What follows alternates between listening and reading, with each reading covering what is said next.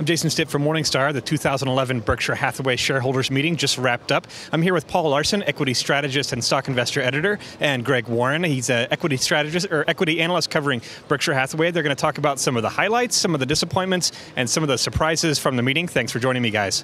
Thanks for having us again. Thanks for having us. Okay, so first of all, Paul, any highlights, anything stand out from you from the meeting that is really going to be one of the top-of-mind, take-home messages?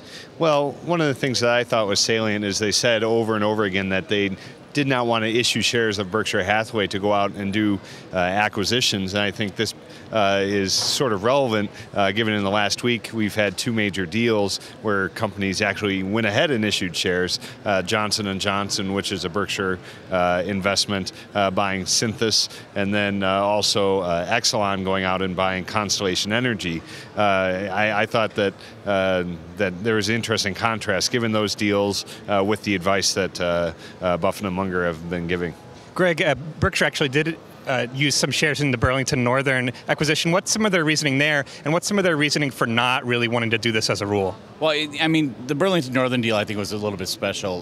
It was one of the first deals in a very long time where they actually used shares to do a deal, and it was more based on the fact that splitting the stock and issuing it the way they did was to sort of more benefit the smaller shareholders that were in Burlington Northern.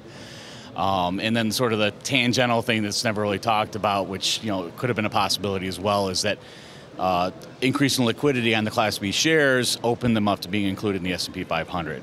And if you remember back at that time, February 2010, we just gone through this massive crisis with the financial services sector, and S&P was looking for high-quality financial services firms because of so many companies that had blown up over the preceding 2 years.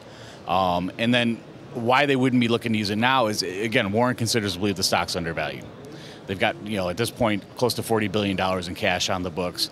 Even with the Lubrizol deal, they're probably going to have somewhere in the nature of $45 billion at the end of the year. So they don't necessarily need to use stock. They would much rather use cash as a currency. Paul, there was a lot of talk before this meeting that it was going to be contentious. There were a lot of issues that were in the news recently that was not going to maybe make this the love fest that it had been in years past. What was your sense of the overall tone of the meeting? Did that come to pass? Well, the first couple questions were definitely tough questions, and they spent a large amount of time right at the outset dealing with the David Sokol situation. But after that point, especially in the afternoon, it was basically back to the same old Berkshire meeting that we've seen, and there was plenty of love to go around, I would say. Greg, what things were you hoping to hear that you didn't hear? What were some of the disappointments and things that maybe weren't addressed to the extent that you would have liked to have seen?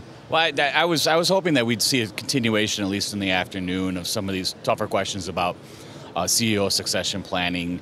What they're looking. I mean, he spent an enormous amount of time talking about Ajit Jain and sort of how he trusts him, and that he's way smarter than he is when it comes to at least the reinsurance business. But overall, it was sort of the thing where I would like to have heard more about what are you doing to sort of prepare the next guys. Do you still have 3 or 4 internal candidates that you're looking at? The harder question that I don't think anybody was going to ask was, would you consider bringing somebody in from the outside? Now that said, they did talk for a period of time in the afternoon about how he would like to make sure that Howard, his son, is in sort of the chairman role, and having that balance between somebody who's already wealthy and has a vested interest in the business versus somebody who's the CEO running the firm and making sure that that's in place. Now, I think the wild card, we were talking about this earlier, is always going to be Bill Gates, because he's got a vested interest in the long-term health of Berkshire Hathaway, just based on the fact that Buffett's contributing all of his wealth over time to his fund. Paul, there were some questions about acquisitions. Buffett reiterated that he likes low capital intensity, high return businesses.